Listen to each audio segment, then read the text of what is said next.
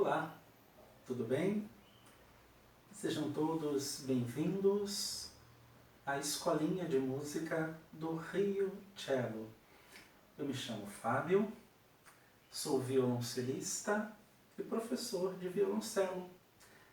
E hoje, no nosso primeiro encontro, eu gostaria de fazer uma breve introdução ao nosso instrumento, sobretudo aqueles que têm algum interesse, porém ainda não têm informações suficientes para iniciar um processo de aprendizado e de conhecimento do violoncelo. O nosso instrumento, este belo instrumento, o violoncelo, ele faz parte de uma família. E aqui é muito interessante, todas as vezes que eu abordo o violoncelo, eu costumo sempre vincular o violoncelo à família a qual ele pertence. Sobretudo dentro de uma orquestra, nós temos uma quantidade grande de músicos que tocam os chamados instrumentos de cordas, instrumentos friccionados, porque eles utilizam o arco para poder extrair o som do instrumento. A família do violoncelo, a família das cordas, a maior parte em termos de quantidade de músicos dentro de uma orquestra, toda essa família ela é composta de 4 instrumentos. 4 instrumentos formam as cordas de uma orquestra. Nós temos do menor para o maior, nós temos o violino, que é o mais agudo de todos eles, nós temos a viola, logo após o violoncelo e por fim, o maior de todos e o mais grave, o contrabaixo. Esses instrumentos, como disse, eles têm em comum o fato de serem, digamos assim, friccionados, tocados a partir do arco. Esses instrumentos também têm em comum o seu formato, o fato de serem construídos com madeira. Eles possuem também a mesma quantidade de cordas. Nesse sentido, são uma verdadeira família. A maior distinção entre eles se encontra no timbre. Nós percorremos do timbre mais agudo, que é o caso do violino, até o mais grave, que é o contrabaixo. E aí nós vamos passando por todas as possibilidades de timbre, do mais agudo, dos médios, até chegar nos sons mais graves dentro da família das cordas. Especificamente falando sobre o violoncelo, não é muito difícil compreender o nosso instrumento. Tudo no violoncelo é visível. É um instrumento feito, como disse, de madeira, não de qualquer madeira, mas são madeiras selecionadas. E as partes do violoncelo são as seguintes. Vamos começar aqui falando um pouquinho sobre a caixa harmônica do violoncelo, a sua caixa de ressonância, aquela parte do instrumento que é responsável pela qualidade do som que nós ouvimos. No caso da caixa do violoncelo, trata-se de uma caixa oca, de madeira, com as seguintes partes: o fundo, as laterais do instrumento e a frente do instrumento, que nós chamamos de tampo. No tampo nós temos um trabalho artístico belíssimo, que são essas aberturas que nós chamamos de Fs, né? Porque lembra, de alguma forma, uma letra F. Internamente não há muita coisa no violoncelo, né? Mas aquilo que existe internamente na caixa do instrumento faz toda a diferença para a qualidade de som do violoncelo. Nós temos, de um lado, colado ao tampo, o que nós chamamos de barra harmônica, um pedaço de madeira bem grande que vai mais ou menos daqui até aqui. Do outro lado do tampo, nós temos o que nós chamamos de alma. É um pequeno filete de madeira. Vocês vão entender melhor se eu disser que parece uma espécie de palito de madeira, de alguma forma, que tem como função prender-se no tampo até chegar ao fundo. Então nós temos aí um filete de madeira, mais ou menos desse tamanho aqui, que é encaixado e que faz a ligação do tampo com o fundo do violoncelo. Basicamente são essas duas coisas que existem, esses dois elementos que existem dentro da caixa do violoncelo.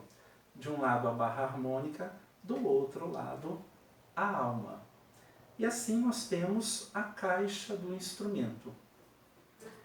Um outro detalhe fundamental que existe também nesta região do violoncelo é esta peça aqui, que nós chamamos de cavalete.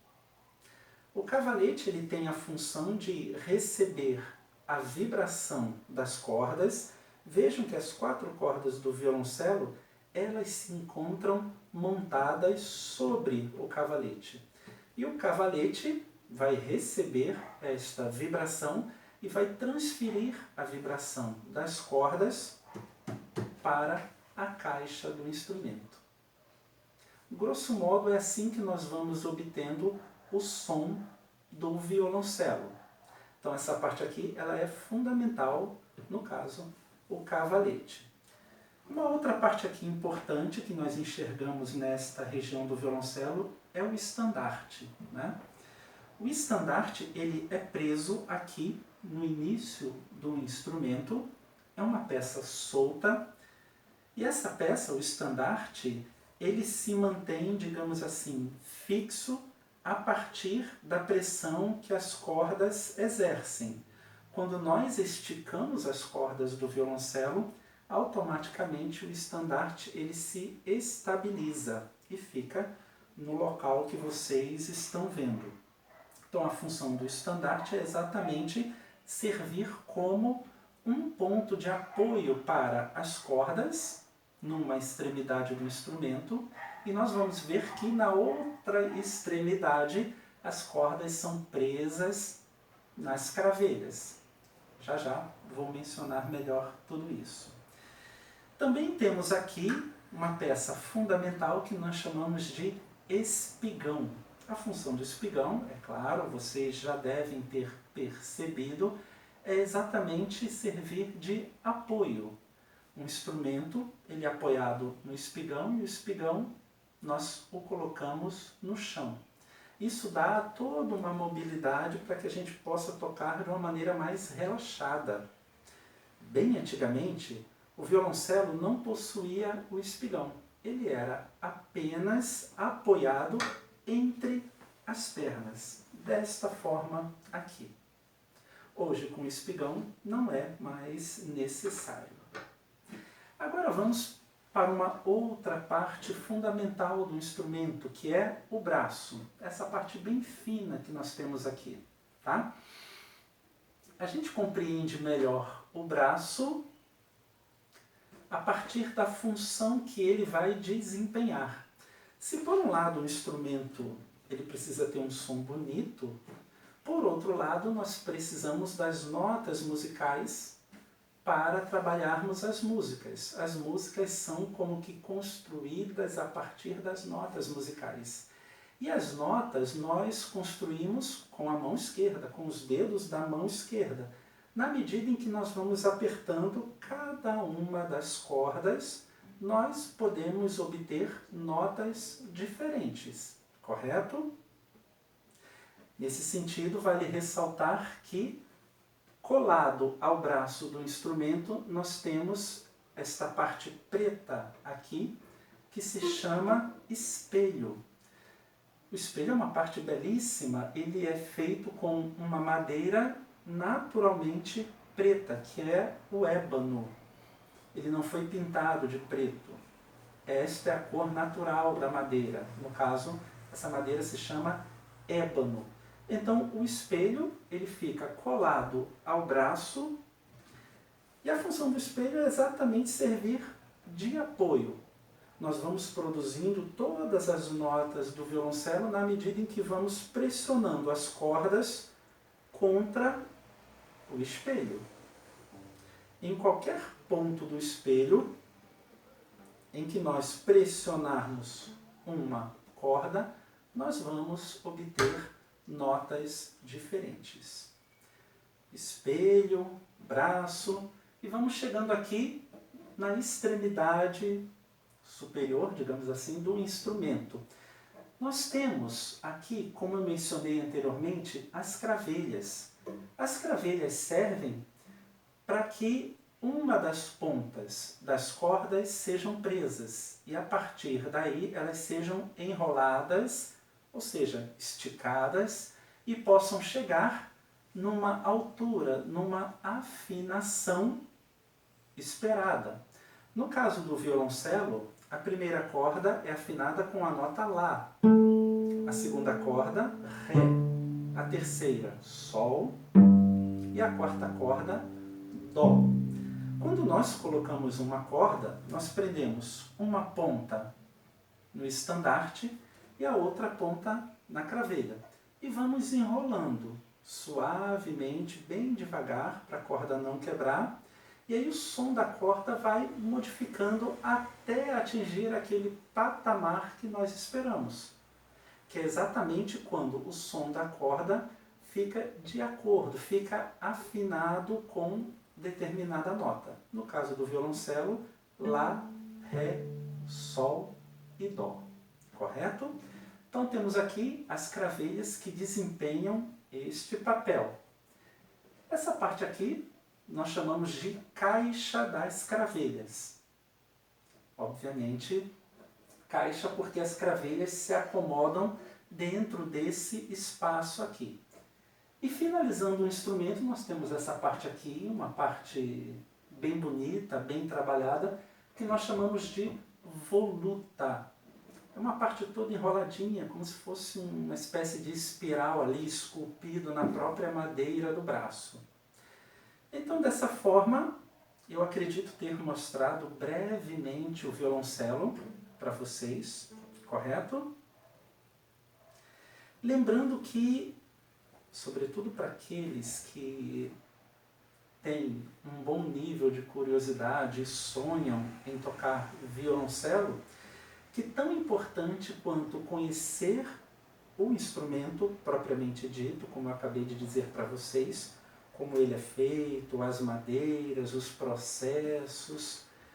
Eu lembro que a história do instrumento passa pelo instrumento em si, mas também passa por dois outros aspectos fundamentais. A história do instrumento ela é escrita pelos compositores que escrevem músicas para aquele instrumento, no nosso caso o violoncelo, e a história do violoncelo também é escrita pelos grandes violoncelistas que ao longo de décadas e de séculos vêm tocando todas essas obras. Então, uma dica para todos vocês, pesquisem um pouco mais da história do violoncelo, um pouco da história dos compositores que escreveram para violoncelo e também dos grandes violoncelistas que tocaram ao longo de décadas o nosso instrumento. Uma dica para que vocês tenham um ponto de referência, que possam iniciar assim uma pesquisa, pesquisem sobre as suítes para violoncelo de Johann Sebastian Bach. As suítes para violoncelo de Bach, elas são como que um marco. A partir dessas obras, desse conjunto de obras, são 6 ao todo, nós começamos a pensar a história, digamos assim, musical do nosso instrumento. Pesquisem lá, Johann Sebastian Bach, J.S. Bach, B-A-C-H. E aproveitem bastante toda a obra magistral que Bach escreveu para o violoncelo. Um grande abraço e até o nosso próximo encontro.